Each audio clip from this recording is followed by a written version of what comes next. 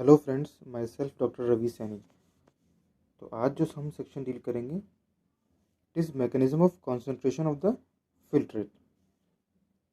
देखिए, ये जो सेक्शन है ये हमारे इस चैप्टर का सबसे इम्पॉर्टेंट सेक्शन है बिकॉज यहाँ पे डिफरेंट टाइप्स ऑफ मैकेनिज्म हम डील करेंगे कि कैसे बॉडी में जो कॉन्सेंट्रेटेड है यूरिन है और डायरेक्ट यूरिन है उसका फॉर्मेशन का मैकेनिज्म होता है। बिकॉज कुछ कंडीशंस ऐसी होती हैं जहाँ पे हमें वाटर को कंजर्व करना होता है।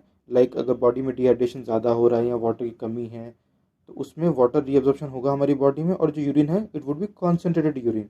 ऑन दी अदर हैंड अगर वाटर इनटेक ज़्यादा हो रखा है बॉडी में तो फिर जो यूरिन है it would be diluted urine. तो दोनों ही मैकेनिज्म यहाँ पे हम डील करेंगे। Now formation of diluted urine.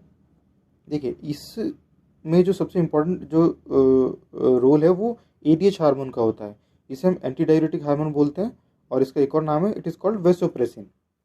देखिए, जब एडीएच का जो कॉन्सेंट्रेशन है जब ज़्यादा होगा तो वाटर रीअब्जॉर्प्शन ज़्यादा होगा। हमने प्रीवियस सेक्शंस में डील किया था कि जो नेफ्रॉन है उसका डीसीटी वाला पार्ट और जो कलेक्टिंग डक्ट है वो वहाँ पे कंडीशनल रीअब्जॉर्प्शन होता है और यहाँ पे एडीएच जो है वो एक इम्पॉर्टेंट रोल प्ले करता है वाटर के रीअब्जॉर्प्शन के लिए।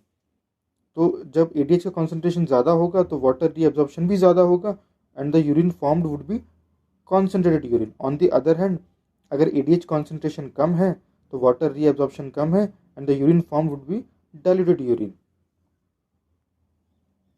Now formation of concentrated urine. देखिए, कॉन्सेंट्रेटेड यूरिन के फॉर्मेशन के में दो मैकेनिज्म बहुत इंपॉर्टेंट है। First one is the counter current system and second one is the secretion of ADH. ADH के बारे में हमने अभी प्रीवियस स्लाइड में डील किया कि एडीएच कॉन्सेंट्रेशन कैसे जो है वाटर रीअब्जॉर्प्शन को इफेक्ट करेगा और कैसे वहाँ पे कॉन्सेंट्रेट और डाइल्यूटेड यूरिन फॉर्मेशन होगा।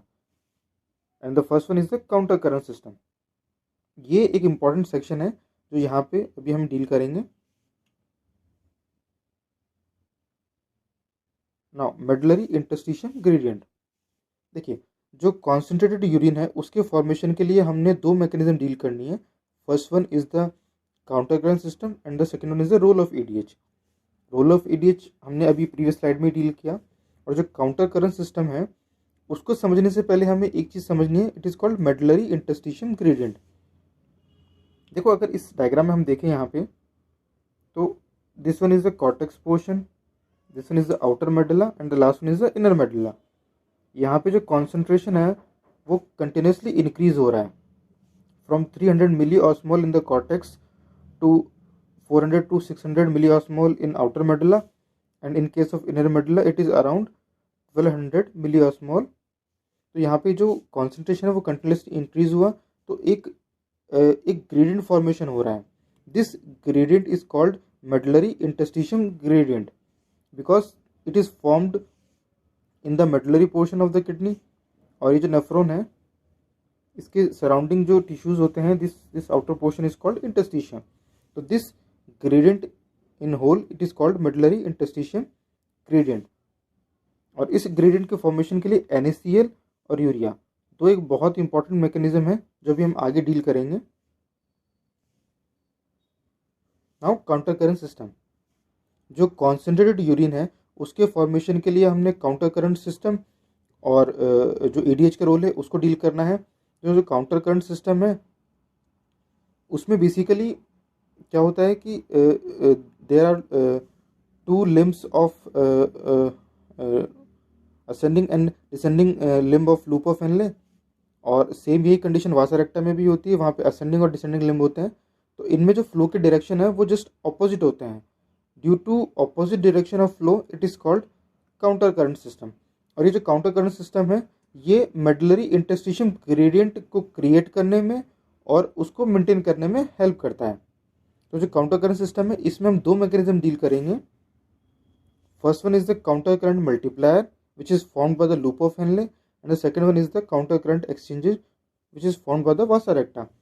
तो जो लूप ऑफ हेनले है वो तो मेडुलरी इंटरस्टिशियम ग्रेडियंट को क्रिएट करेगा और जो वासा रेक्टा है वो उस ग्रेडियंट को मेंटेन करने में हेल्प करेगा। और जो काउंटर करंट सिस्टम है वो क्या है कि जो वासा रेक्टा और लूप ऑफ हेनले में जो फ्लो की डायरेक्शन है वो ऑपोजिट डायरेक्शन में, this one is called counter current system. Now counter current multiplier found by the loop of Henley.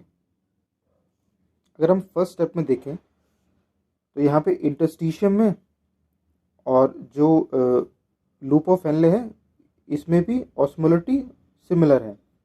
Interstitium और जो फिल्टर रेट है दोनों ही केस में osmolality it is around 300 milli osmol per litre.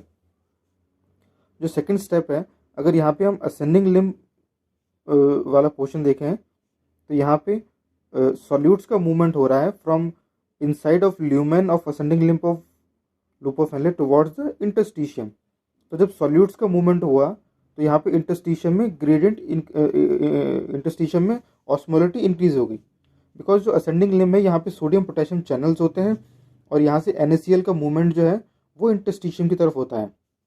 तो जो interstitium है उसकी ऑस्मोलिटी इंक्रीज हो जाएगी और जो वाटर है उसका मूवमेंट असेंडिंग लिम्ब के थ्रू नहीं होता है, जो मेम्ब्रेन है उसके थ्रू नहीं होता है। That's why this interstitium osmolality would be maintained.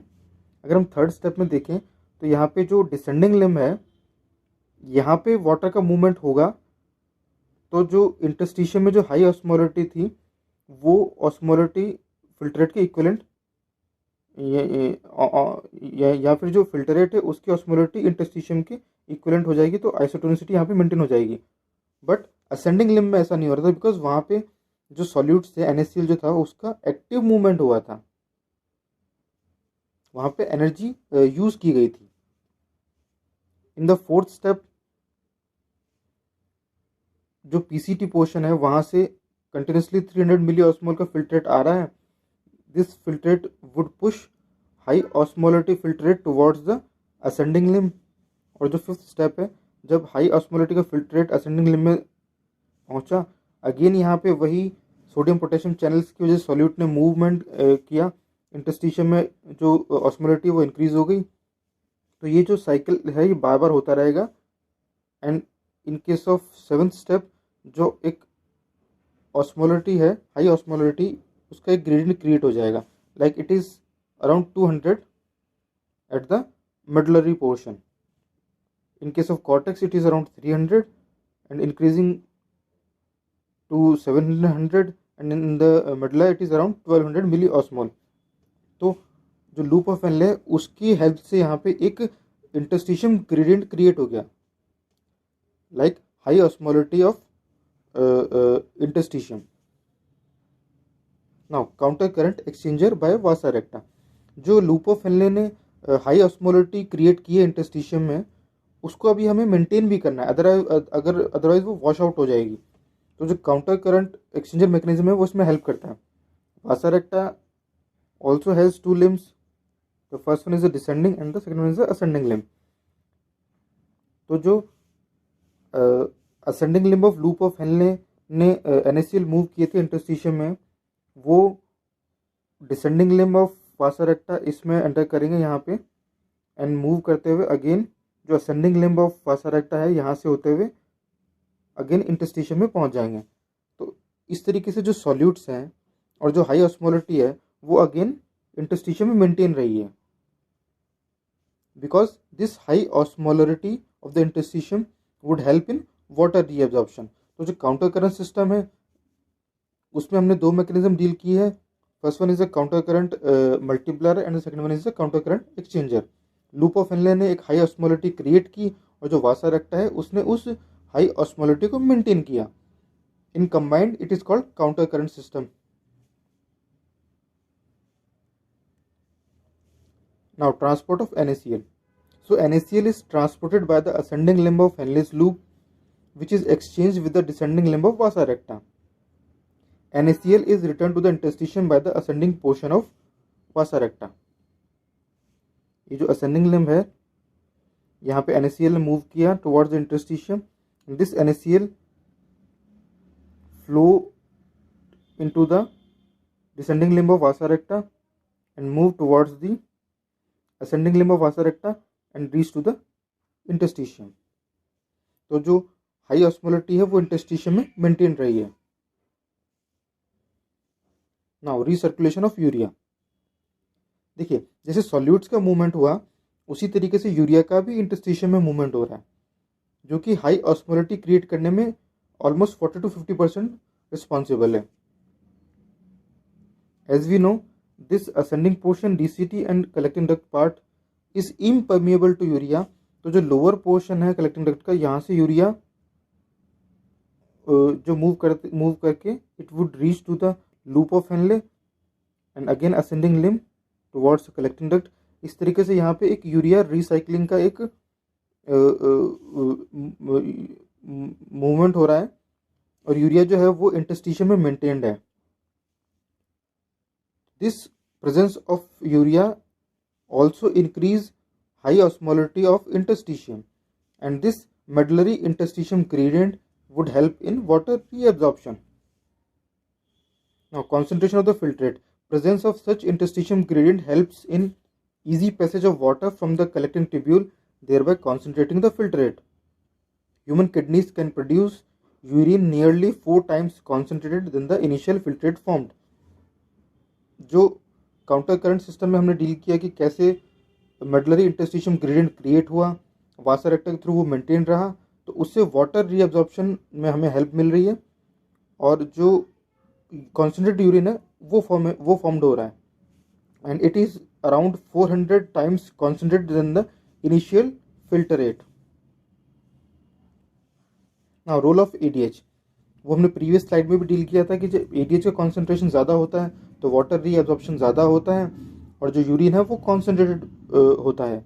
On the other hand अगर ADH का कॉन्सेंट्रेशन कम होगा तो वाटर रीअब्जॉर्प्शन भी कम होगा और जो यूरिन है it would be diluted urine.